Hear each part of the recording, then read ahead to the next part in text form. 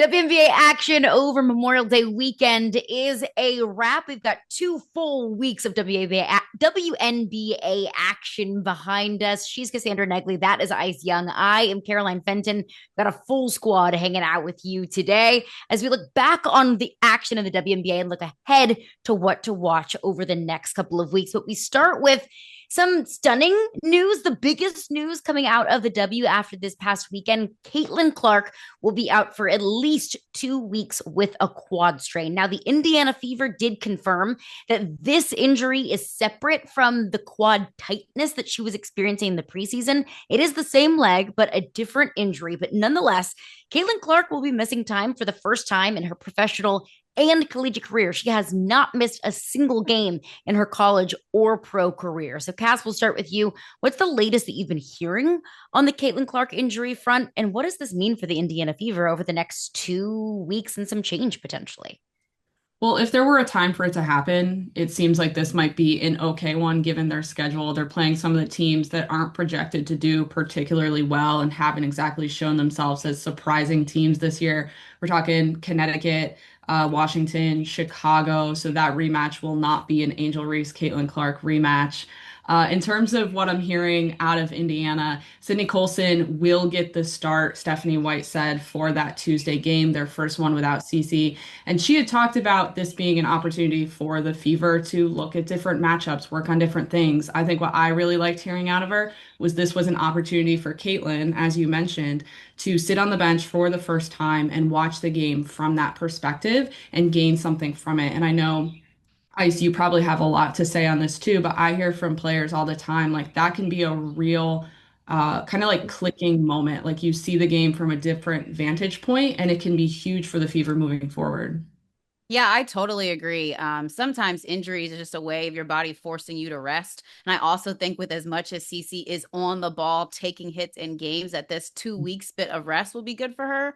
But from the mental component, you're absolutely right. Being able to watch the game and know that you're not inserting yourself into the equation, into the solution to fix a problem, knowing that maybe you can give, extra information and encouragement to teammates, helping Aaliyah Boston because now you're on the opposite side of it, not passing to her, but she's receiving the ball from someone else. And then I think, too, this is an opportunity for Indiana to figure out what they look like when Caitlin Clark is not the point guard. Because I do believe that towards the end of this season, that is going to be a distinguishing factor for them in their success is Caitlin Clark can't always be on the ball for this team. Yes, she is going to be about 85, 90% of the time, but there are going to come games in which they need her to be a two guard. They need her to be that primary scorer. So now it gives you an opportunity for the point guard roles to really be kind of, I guess, meshed a little bit because I think it's going to be a bit of a Sydney Colson, a bit of a Lexi Hull, a bit of a Kelsey Mitchell. It might be point guard by committee for the next 2 weeks, but that could be good for the Fever. We'll see how they last. It's really unrealistic for a player like Caitlin to play a full 40 minutes in playoff series. So I'd like what you said about finding how to get points and how to run an offense through a point guard through committee when it comes time for her to sit on the bench for a few minutes in a playoff series. And championship teams have to figure out a way to win games, even with injuries. I mean, last year we saw Nafisa Collier out for a handful of games, and the Minnesota Lynx were able to find ways to win even without their superstar. So if the Indiana Fever are truly a championship contender, which is what they sought out to be with all of the moves that they made this past offseason, they're going to have to figure out a way where Caitlin Clark is not the focal point, like you said, for a full 40 minutes. Now, their schedule over the next couple of weeks, it's not necessarily a gauntlet. They have 2 matchups with Washington, who've won 2 of their last 5. They have a matchup with a winless Connecticut Sun team and then a winless Chicago Sky team at the end of that 2 week marker when Caitlin Clark is expected to make her comeback. So it at least the schedule lightens up a little bit over the next couple of weeks. Obviously, you never want to be without Caitlin Clark, but if there is to be a time, this could potentially be the time. But exactly like you said, Ice, even with a schedule that doesn't look overly daunting, who is going to step up for this Indiana Fever team? Yeah, I'm excited to see just the chemistry continue to build with the perimeter guard specifically. I've been very impressed with Aaliyah Boston to start. I think she looks terrific. She looks like she worked on her game, her short roll ability, her knocking down the shot in the logo area. But to me, it's the guards right now for the next 2 weeks for Indiana. It's relying on Duana Bonner, Lexi Hull, Sophie Cunningham, Sydney Colson, Mitchell, etc., to see how they can hold their weight both sides of the basketball. Does the offense still flow as fast? Are you still shooting as many threes? And then defensively, do you still have the same anchor in the middle? Can you still talk and communicate and guard guards? Whether it's Washington, Connecticut, Seattle, the Lynx, etc., it's still 4 basketball games that you have to win without a primary player. So I think it challenges them on both sides of the basketball to figure out their chemistry. It's very easy to lose pace in the standings, no matter who you're playing, because there are only 44 games. Yeah. Yeah, it's a very good point. Every game can be massive. And that's why it's so key for the Fever. If they truly want to keep their eyes set on what they sought out to do this season, find a way to win games without Caitlin Clark, which I think, as we all know, is a little bit easier said than done. But we'll see that with the Fever over the next couple of weeks. Again, the biggest news out of the weekend, Caitlin Clark out at least for the next 2 weeks with a quad injury. But that's a team that's vying for a championship. Move on to another team that has won a championship but is looking to go back to back, and that is the New York Liberty, because it is a three-a-palooza happening over there with Sabrina Ionescu and company and the New York Liberty. So in one of their games this past weekend against this guy, Kennedy Burke was 4 for 4 from the 3-point line. And their second game, we saw Sabrina Ionescu with 23 points. They had a massive weekend. They broke the WNBA and franchise single game record with 19 3-pointers in their matchup against this guy. Cass, if you could just put it into context, what the Liberty is doing right now. How impressive is it? And how much do you trust them to be able to continue this momentum and to continue to hit threes at this clip? They changed their roster in the offseason. So I think that was huge. You add Natasha Cloud, who's able to get to the rim, dish it out. She brings this incredible intensity because she's Natasha Cloud, which I think is huge for them. And there's kind of, I don't want to say a rejuvenation of hunger, but when you have someone added to the mix who didn't win last year, that certainly levels you up. I like their bench that can come in and hit threes. I think they've taken the next step to repeat instead of relying on the cast that won it a year ago. And we've seen a different organization win a championship with the same cast, come back and think that they could do it again. And we saw teams adjust and figure it out. So Sandy Brondello is playing chestnut checkers with us. We shouldn't expect anything else from one of the best coaches in the country, in the world, let alone, I think, for women's basketball. I think Kennedy Burke is going to be so important for them. One, just to have another big body, a player who is a veteran in the league, who has been established as a player that can come off the bench and be a spark. But the way in which she's not knocking down the three just allows them to stretch the floor so much more. We'd be remiss if we didn't mention how good Jonquel Jones has continued to be. She had 26 points and 12 rebounds in one of those games over the weekend. And the reason why the Liberty hit threes is because JJ puts pressure on the paint. And so you've got to guard her, and then she's kicking it out. They're skipping the ball. And then every person that's catching the ball on the perimeter is a 3-point shooter. It is very tough to guard them. I love how selfless the Liberty play. I think a lot of that has to do with Breanna Stewart and Sabrina Ionescu really leading the charge from a leadership standpoint on the court. But the ball is popping for them right now, and they're knocking down shots. I love what Cass said. I think that's the best thing you can say about the Liberty is that they changed their roster just enough to be a little bit better than they were last year. And that's with losing a Benijah Laney Hamilton, one of the best defenders we have right now in the game. So I like what I'm seeing from them early. The Liberty really focused last playoffs on if Jonquel Jones gets a double-double, if Jonquel Jones plays well. And already we're seeing Jonquel Jones is playing really well. Yeah. Yeah, you can't win without her. And hopefully they know that now. It got to a point last year in the playoffs where I think some of us were wondering, are you going to throw the ball inside to JJ, or are you going to keep shooting these threes? And then they decided to get high percentage looks, and New York won a championship. Life comes at you fast. And I think it can be so hard to follow up a championship for so many different reasons. Obviously, in a league like the W with such a hard and stringent salary cap, sometimes it's hard to retain some of your talent or continue to build upon that talent. Well, that's what the Liberty did in the offseason. I think there's also a mental aspect of that. And complacency is a really bold and dramatic word, but sometimes we see that in teams following up a championship season. Maybe there is this thought process of, wow, I forgot how hard it was last season to win a championship. And you kind of have this feeling of inevitability or invincibility following up that season, but it doesn't feel like the New York Liberty are being complacent in the slightest, even following up that championship season. They want to go back to back. Of course, that's every team's MO, but the New York Liberty are playing like it, as they are only one of two remaining undefeated teams in the WNBA. It is Liberty and the Minnesota Lynx, who sit at the top of the league at 4-0. The Las Vegas Aces. So we got to see Jewell Loyd go back to Seattle. And of course, it was all of the pomp and the circumstance. And she had a tribute video, very rightfully so. And she started off hot, drained her first 4 shots. Then she went cold. She was 4 of 15 on the night, and the Las Vegas Aces simply cannot or do not play defense. Ice, with a team with as much talent as they have, A'ja Wilson on that roster, they add Jewell Loyd in the offseason. What's wrong with the Aces sitting at now 2-2? Yeah, you know what? There's a number of things that have come to mind for me. First, they won 2 championships back to back, right? 22 and 23. We're going to start there because there's a lot of high expectations following that. But last year, we all felt like, from an offensive standpoint, it's one of the best scoring teams that we're going to see. Defensively, though, can they hold a team enough to score more to win games? It was very simple. Defensively, can they hold their own? I think, A'ja Wilson right now, she leads the league in blocks. She's probably going to do that. She's probably going to be their defensive anchor. But one person that's committed to playing defense 100% of the time isn't enough on anybody's team, anywhere that you're playing. I feel as though they switched out Kelsey Plum for Jewell Loyd, which just switched out one tremendously great shooter for one tremendously greater scorer, and it didn't add a defender.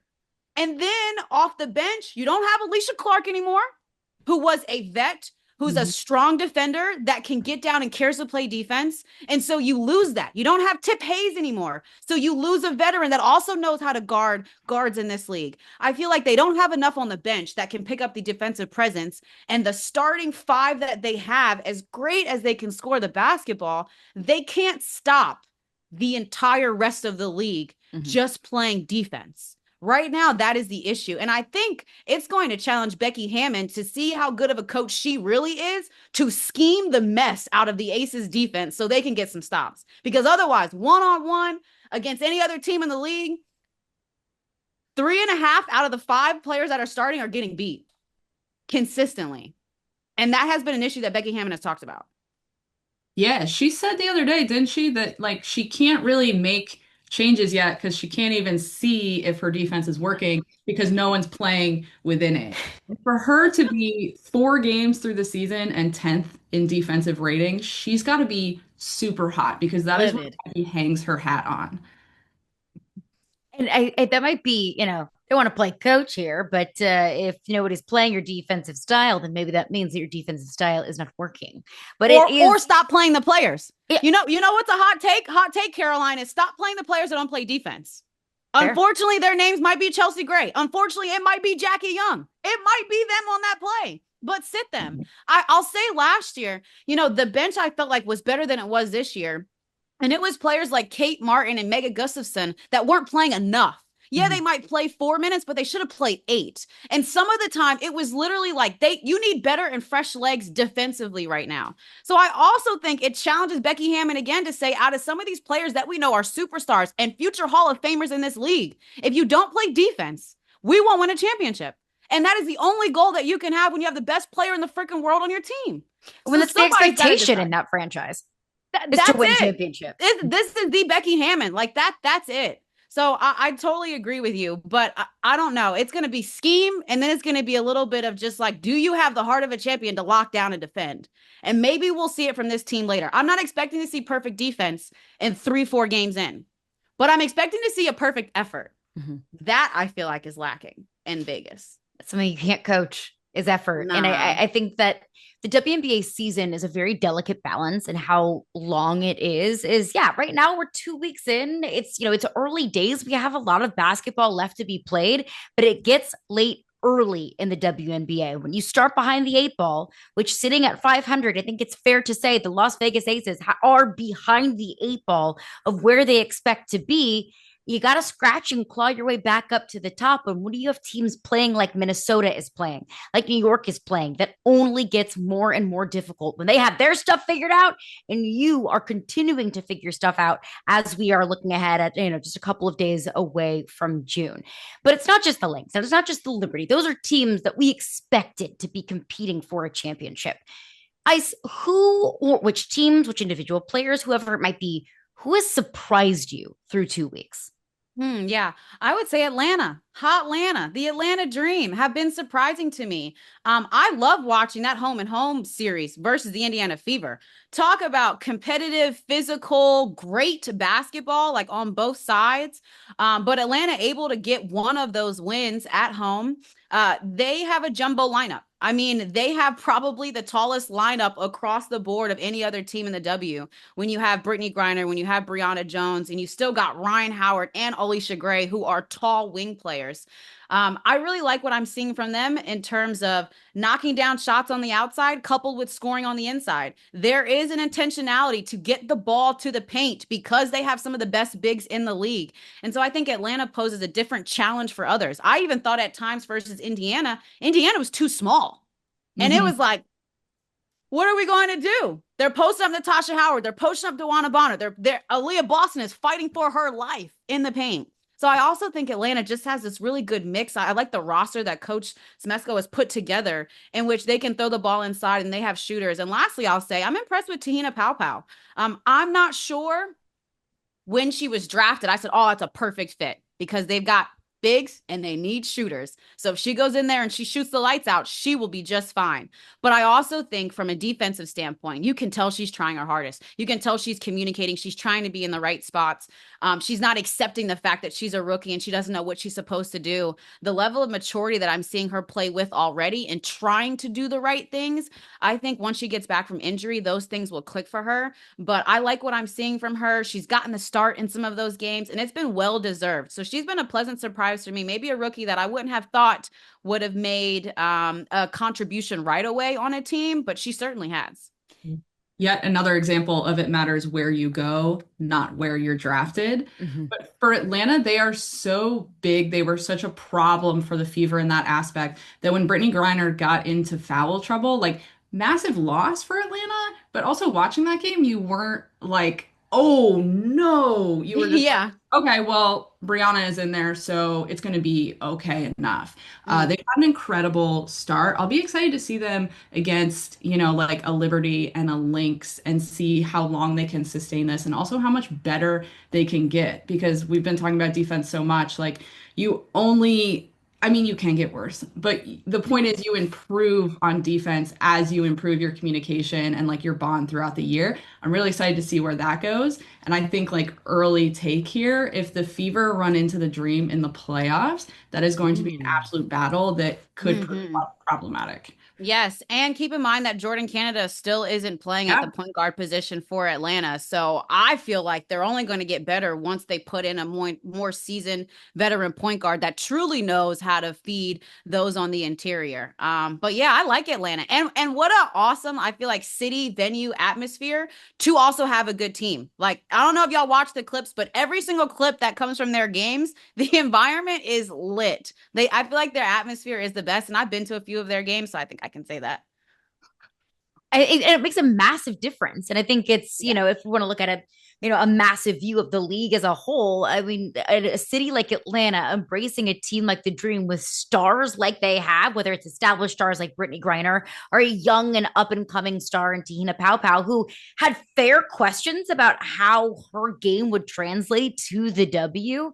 I think that's the perfect just kind of nucleus for a franchise that has a ton of support, not just from the fan base and not just from the front office, but all the way around. And I think that one thing that I've been noticing about Atlanta, they've played a lot of close games. They've either lost close games or they've found a way to win close games.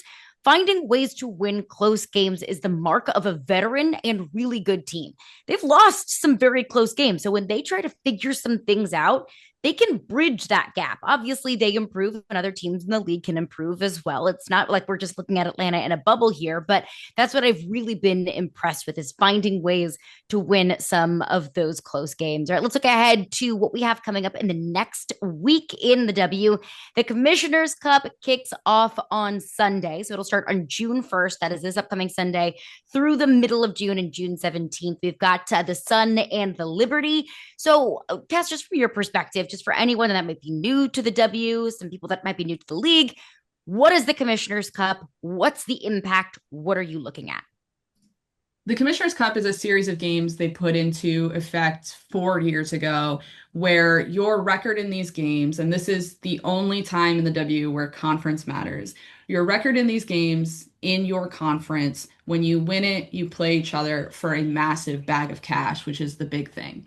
What we've seen, though, from a fan perspective, is that this matchup is usually a finals preview. It says a lot about what's going to happen in the fall. For this year, I would obviously be looking at the Liberty and the Lynx in a rematch, but we just talked about the Dream. They can steal some away. It's not easy to steal away, winning the conference in the Commissioner's Cup, but it's such a short schedule. It's like 14, 10 days, like very short, that you could tie atop the standings with someone and get into the Commissioner's Cup championship game. The $500,000 on the line. Like, I'm just about the money. That's one of the things I loved about Unrivaled and thinking about reflecting on that league and the one-on-one tournament. Like, who is getting the bag? Who is taking home the money? I think oftentimes too, this thought of like a tournament that happens within a season is so tough in the W because the season is already so condensed. So Cass, I love what you said in that there are teams that are going to say, hey, maybe we've only started off 2-2, the Las Vegas Aces, but we're going to approach Commissioner's Cup like we're 0-0. It's a new record. It's a new season. We're going to go out here for these next 2 weeks, win these games and win this money and put our season together. So as I've seen it the past couple of years, there are a few teams, y'all, that will just get into a new mindset and start Commissioner's Cup off really, really strong. That's my favorite part about it. I think if you're looking at a team, I'm banking on the Lynx. I feel like out of all the teams that I have seen start this season, they look the most mature and determined right now. And it's because they're coming off of heartbreak. And so after the guy breaks your heart, what are you doing? You're focusing on yourself. You're lasered in. And I feel like the Lynx are lasered in. They're pissed off. Yeah. You get pissed off. Rightfully so. They are pissed off with how that championship series ended. And they came back this season and they said, no more Mr. Nice Minnesota Lynx, that we are going out for revenge here. And just to clarify, the Commissioner's Cup is not only an in-season tournament that's an individual thing. These games that are being played for the Commissioner's Cup, while there is a trophy on the line and there's money on the line, these games that are being played in the Commissioner's Cup do matter within the grand scheme of the season. These games do count toward these individual teams' final season records. This is, like Ice alluded to, an opportunity to completely shift your season around, because when we're sitting here on June 17th, we might have much different conversations about individual players or individual teams, individual championship contenders than we do right now. And they're in a position to really, really lock in, because you want to win a championship, because you want to get better, and also because you want to win some money. I mean, who doesn't? So we've got a full slate of games on Sunday. It starts with the Connecticut Sun at the New York Liberty, the Phoenix Mercury and the Los Angeles Sparks, the Aces and Storm, which is going to be a great matchup. And then the Lynx and Valkyries wrap up the action on Sunday. But like I said, the Commissioner's Cup goes throughout a majority of the month of June. Any last thoughts as we look ahead to the upcoming action, looking back on this past week? Yeah, I would say I'm really excited to see the Sparks at the Aces coming up on Friday.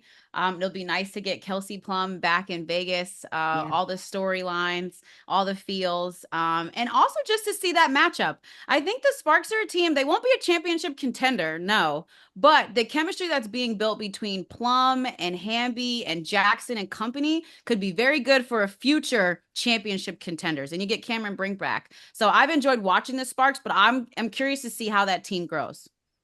For a lot of us who filled out the WNBA power poll this week, or we have our own power rankings, the Storm really shot up the rankings last week too. They're really impressive. So that only lifted this matchup. Adds even more layers to this wild offseason that we had in the WNBA this past offseason. Like you mentioned, Kelsey Plum going to LA. We had Jewel Lloyd going from Seattle to Las Vegas. There was so much movement. And now we're seeing the returns. Now we're seeing the reunions and literally returns back to where they used to play and the return on some of this offseason investment. So a lot to watch this upcoming week. We'll be right back here. Keep it right here with Yahoo Sports with a full reaction of the upcoming week in the WNBA. Cassandra Negley, Ice Young. I'm Caroline Fenton. Keep it right here with Yahoo Sports.